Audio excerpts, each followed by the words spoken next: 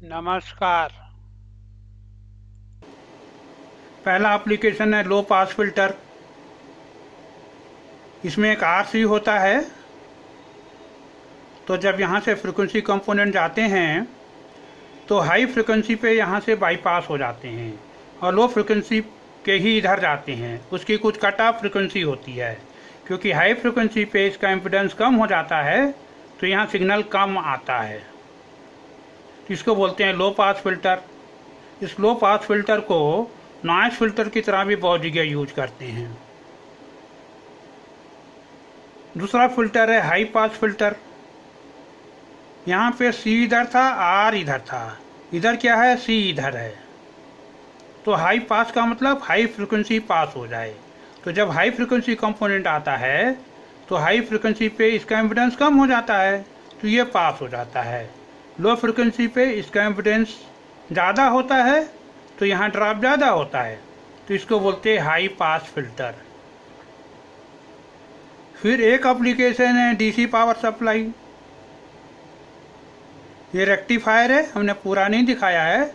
उसके आउटपुट में एक बड़ी वैल्यू का इलेक्ट्रोलाइटिक कैपेसिटर लगा देते हैं, जिससे यहाँ पे एनर्जी स्टोर हो सके और जब यहाँ लोड लगाएं तो यहाँ पे ज़्यादा वोल्टेज चेंज ना आए।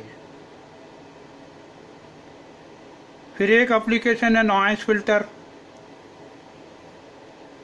पीसीबी में पावर सप्लाई होती हैं, उसमें स्पाइक्स आते हैं, तो उस स्पाइक वाली नॉइस को फिल्टर करने के लिए छोटी छोटी वैल्यू के बहुत सारे कैपेसिटर लगा देते हैं।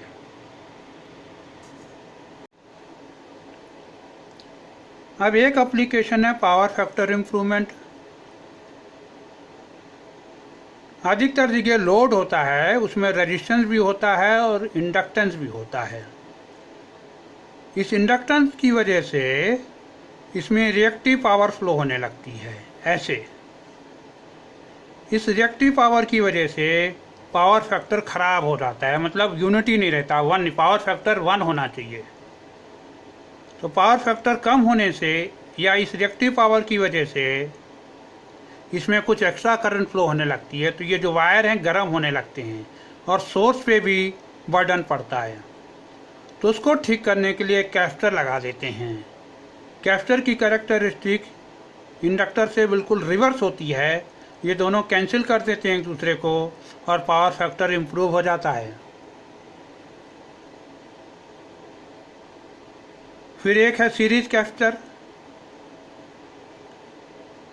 जो पावर ट्रांसमिशन करते हैं वो हाई वोल्टेज पे होता है 220 kV पर और 3 फेस में होता है। यहाँ हमने एक लाइन दिखाई है, ऐसी ऐसी 3 होती हैं।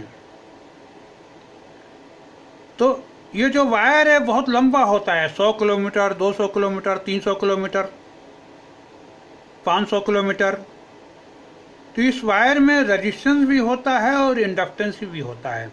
इसकी वजह से पावर ट्रांसमिशन में लिमिटेशन आ जाती है।